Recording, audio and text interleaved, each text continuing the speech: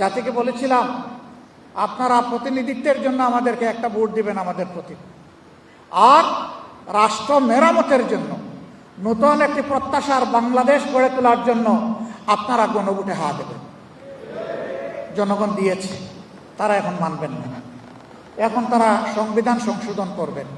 সাংবাদিক বন্ধুরা জিজ্ঞেস করে, সংশোধন আর সংস্কারে তফাৎ কি? একটা হচ্ছে পুরানা জামা ছিঁড়ে গেছে, ওইটাকে কেটে জোড়া দিয়ে পরানো।